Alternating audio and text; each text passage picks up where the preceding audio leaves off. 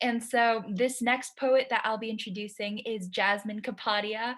So I love Jasmine's work, and she's like the type of poet where she'll just read a poem and it'll like stay in your head for like weeks and weeks. But Jasmine is a 16-year-old um, of Chinese, Indian, and Taiwanese American descent.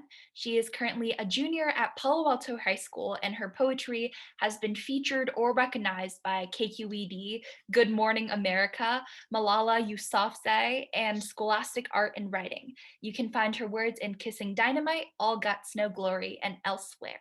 And without further ado, I am going to pass it on to Jasmine. Hi, oh my gosh. First of all, thank you for that introduction. And also, my heart started beating so fast when you introduced me. Like, it was insane. I'm still quite nervous, but I'm gonna do my best. And really just like trust y'all in this space because I felt like really safe so far. And there's been so many like amazing lines that have hit me, and I just feel like I'm so excited and so honored to be in this space. So the first poem I have is called Hypertonic.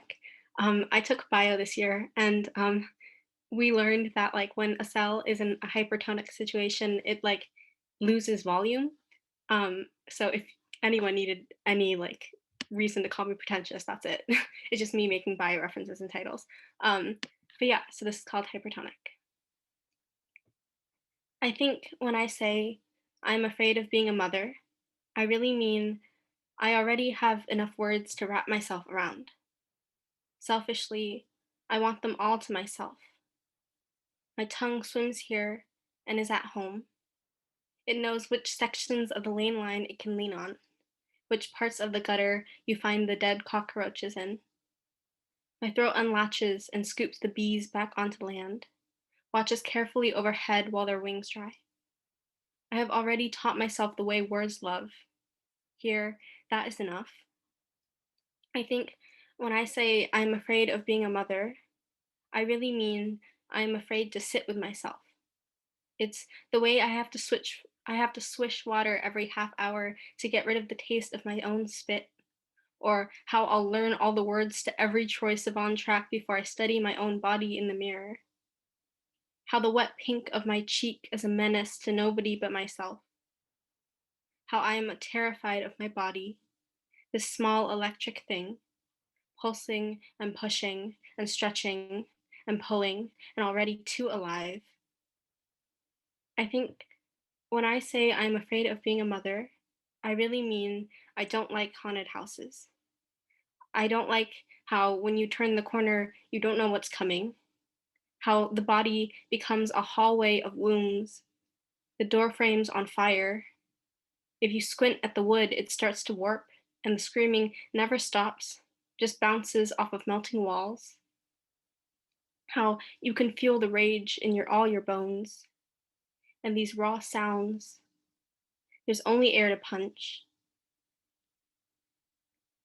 Um, and then my next poem is called Photograph of My Night Night in Her Youth.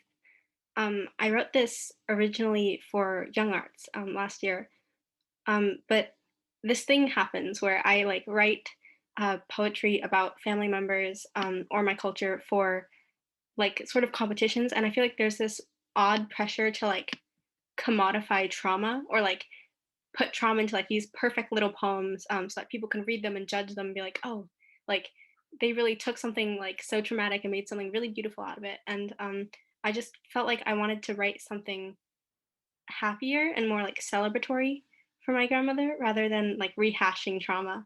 Because I think like that's a very real pressure that I've had to deal with in just the teen poetry space, but also just writing poetry and being a POC in general. So this is a photograph of my night night in her youth. In my poems, my night night swallows God and curls her hair. She is the dragonfly that flew into the mosquito net 3 times. She sits on the balcony with legs strung over the railing and bites into a white peach. She waves to the Dohwa Ai's son as he passes her. Her Tanghulu body melts glossy into the king size, while half-filled rice bowls and cracked milk teeth.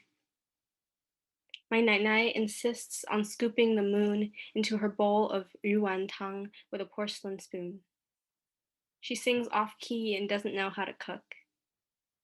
In my poems, she is smeared lip tint after first kiss, a blurry traffic light body sitting on the third floor stairs, runny red ink typhoon of a homeland.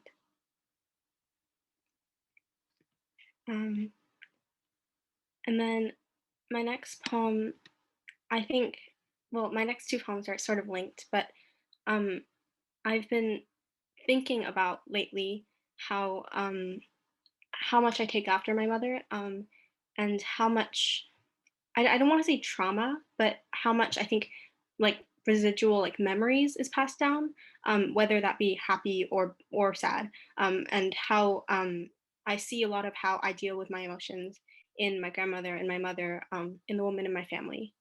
And so this is called Superfood. Overhead, the highways press their hips together, still scared to kiss. I rip out Mama's throat with my teeth, smile through the bloody sweetness, lose a tooth in the process. We pick at the loose ends till our shadows unravel. It is still quiet, and so, in the dark, I try to swallow my own mouth. We both whine. How come our bodies can pass in the hallway and nothing happens? Mama takes from me the mess on my hands, shuffles to the kitchen, and makes me a sandwich. For her, I cut my glossy heart into thin slices like ham. Mama says, I'll wash you cherries, and I'll put them into my best bowl. You can spit the pits into my palms. I will eat them up. And then, sort of building off of that idea, I guess, in my family at least, I think sometimes we have a bit of trouble voicing feelings, and I've noticed that it's usually said in like very like sort of in actions rather than actually like saying the words. And so I wanted to dissect that sort of from a language perspective as well. So this piece is called Untranslatables. Love, I taste wilted ink under your skin tonight. Your fingers are cold and my body warm. Trace your palm against the curve of my chest, the sacred choreography like the ocean. You inhale my cupid's bow and hold it in your lungs, gray and bruised. My love language is my mother tongue and my home, which is to say, to love me, you have to learn Mandarin. Love, in Chinese, we say 吃了吗 instead of I love you. It means please. It means I am choosing to survive and I am choosing to forgive. It means please forgive me. Please survive with me. Please choose me. It means tiger balm worked into tired ankles and simmering oxtail soup on the stove. It means magnolia flowers at intersections. Love, please choose to survive with me. I have salted my heart for you, held open the flaps of my aortic valve, inserted a pen into your mouth to help your pronunciation. You can take the heat from my body and cradle it in your mouth or your cupped hands. You can be barefoot around me. There is fresh stew in the cooker. Come here, love. Have you eaten? Thank you.